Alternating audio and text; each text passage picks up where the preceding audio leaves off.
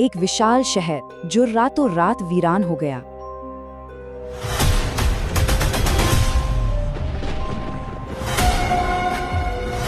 भानगढ़, जरा सोचिए, एक ऐसा शहर जहां अपने चरम पर 9,000 से ज्यादा घर थे, बाजार थे, हवेलियां थी, मंदिर थे। लेकिन आज वहां एक बेहद खौफनाक और अजीबोगरीब बात है। पूरे शहर में एक भी घर पर छत नहीं है। हाँ, बिल्कुल सही सुना आपने। दीवारें खड़ी हैं लेकिन छतें गायब हैं। लोग कहते हैं कि जब भी कोई वहां छत बनाने की कोशिश करता है ना, वो अपने आप ढह जाती है। और वहाँ एक चेतावनी बहुत मशहूर है, अंधेरा होने के बाद कोई जिंदा नहीं लौटता। ये सिर्फ कोई मनगढ़ंत डरावनी कहावत नहीं है, एक वाकया है जहाँ 3 दोस्तों ने रात के अंधेरे में वहाँ जाने की हिम्मत की। उनमें से एक सूखे कुएं में गिर गया। जब बाकी 2 उसे लेकर अस्पताल की तरफ भागे तो रास्ते में एक भयानक हादसा हुआ और उनकी गाड़ी कभी अस्पताल पहुंची नहीं पाई। ऐसी ही घटनाओं ने इस जगह को एक खौफनाक पहचान दी है। भानगढ़ का श्राप, क्या वाकई किसी जादू ने एक पूरे शहर को तबाह कर दिया? इस पड़ताल में आज हम इसी बात की गहराई में जाएंगे। हम उन डरावने मिथकों और कठोर सच्चाई के बीच के टकराव को उजागर करेंगे। इस डर को सबसे ज्यादा हवा कहाँ से मिलती है? किले के मुख्य द्वार पर लगे एक बोर्ड से। ASI यानी आर्कियोलॉजिकल सर्वे ऑफ इंडिया की सख्त चेतावनी, सूर्यास्त के बाद प्रवेश वर्जित है। अब ज्यादातर लोग इसे ही सबसे बड़ा सबूत मान लेते हैं। उन्हें लगता है कि हाँ, मतलब जमीन शापित है और वहाँ भूत प्रेतों का साया है, तभी तो सरकार ने ये बोर्ड लगाया है।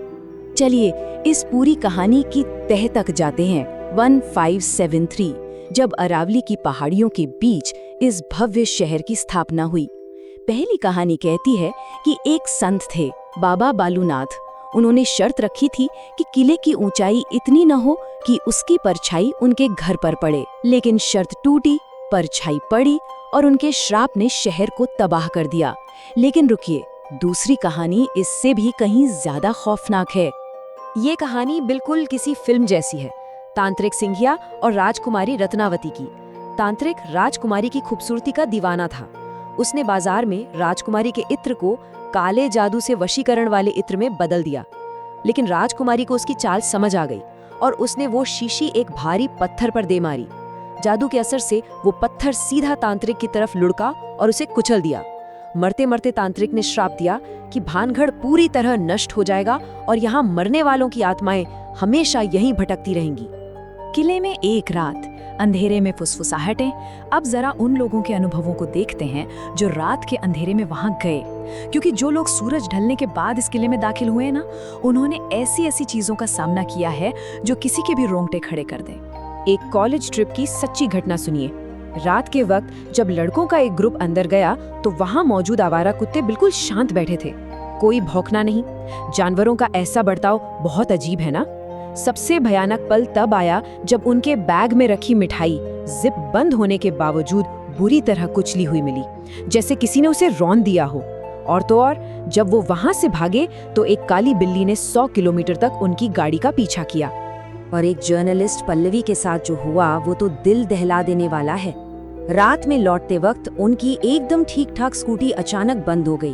तभी पास खड़े एक अनजान शख्स ने बिना स्कूटी को छुए ही उसे स्टार्ट कर दिया और जाते जाते उसने सिर्फ इतना कहा, उन्हें तुम चाहिए। सोचिए उस वक्त उन पर क्या बीती होगी। ऐतिहासिक सच्चाई, लोक कथाओं से परे, लेकिन क्या ये सारी खौफनाक कहानियां इतिहास की कसौटी पर खरी उतरती हैं? जब हम इन भूतिया कहानियों के चश्मे को उतार कर असली ऐतिहासिक दस्तावेजों को खंगालते हैं ना, तो एक बिल्कुल ही अलग तस्वीर सामने आती है। तैयार हो जाइए, क्योंकि ये सबसे बड़ा और चौंकाने वाला सच है।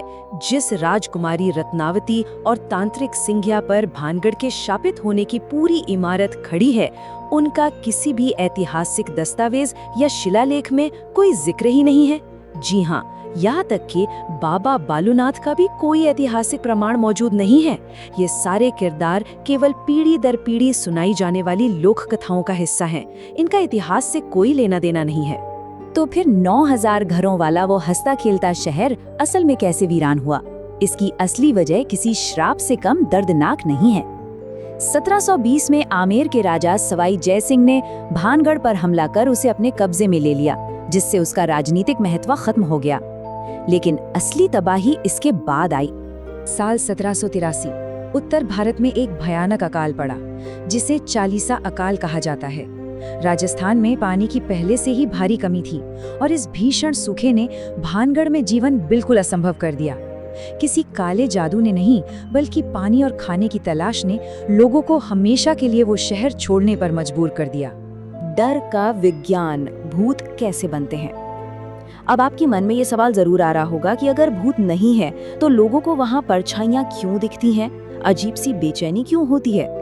इसका जवाब किसी दूसरी दुनिया में नहीं, बल्कि सीधे सीधे विज्ञान में छिपा है। 1980 में इंजीनियर विक टैंडी ने एक लैब में भूतों का एहसास किया।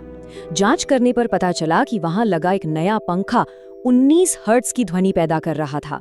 इसे इंफ्रासाउंड कहते हैं। भानगढ़ में भी बिल्कुल यही होता है। जब हवा वहां के पुराने पत्थरों और खंडहरों के बीच से गुजरती है तो यही इंफ्रासाउंड प्राकृतिक रूप से पैदा होती है। हमारे कान इसे सुन नहीं सकते, लेकिन हमारा शरीर इसे घबराहट, बेचैनी और यहाँ तक कि परछाइयाँ दिखने वाले मतिभ्रम के रूप में महसूस करता है। इसके साथ ही जुड़ता है पेरीडोलिया। ये एक मनोवैज्ञानिक घटना है जहाँ हमारा दिमाग अंधेरे या परछाइयों में चेहरे या इंसानी आकृतियाँ ढूंढ लेता है। इंसानी दिमाग का विकास ही इस तरह हुआ है। जब कोई भानगढ़ के टूटे हुए खंडहरों और अंधेरे कोनों को देखता है तो दिमाग अपने आप उन परछाइयों को एक भूतिया शक्ल दे देता है। दिमाग बस हमारे साथ खेल खेल रहा होता है। इसे साबित करने के लिए गोल्डस्मिथ्स यूनिवर्सिटी का ये एक्सपेरिमेंट देखिए। उन्होंने एक खाली साधारण सफेद कमरे में लोगों को बिठाया और वहां सिर्फ इंफ्रासाउंड और इलेक्ट्रोमैग्नेटिक फील्ड चालू कर दिया। नतीजे हैरान करने वाले थे। 20% से ज्यादा लोगों को लगा कि कमरे में कोई और भी है और 8% लोग तो बुरी तरह डर गए। इससे साफ साबित होता है कि भूत असलियत में नहीं, बल्कि ध्वनि तरंगों और मनोवैज्ञानिक प्रभाव की उपज हो सकते हैं। ये मिथक क्यों जिंदा है? एक किंवदंती की संरचना। अब सवाल यह है कि विज्ञान के इतने स्पष्ट होने के बावजूद भानगढ़ का मिथक आज भी इतनी मजबूती से क्यों टिका हुआ है? हम लोग सच्चाई से ज्यादा डरावनी कहानियों पर विश्वास क्यों करना चाहते हैं? चलिए उस एएसआई बोर्ड की असली सच्चाई भी जान लेते हैं। एएसआई वहां भूतों के डर से नहीं, बल्कि जंगली जानवरों के खतरे की वजह से लोगों को रोकता है। असल में भानगढ़ सरिस्का टाइगर रिजर्व से बिल्कुल सटा हुआ है। रात के वक्त वहां बाघ, तेंदुए और लकड़बग्घे घूमते हैं।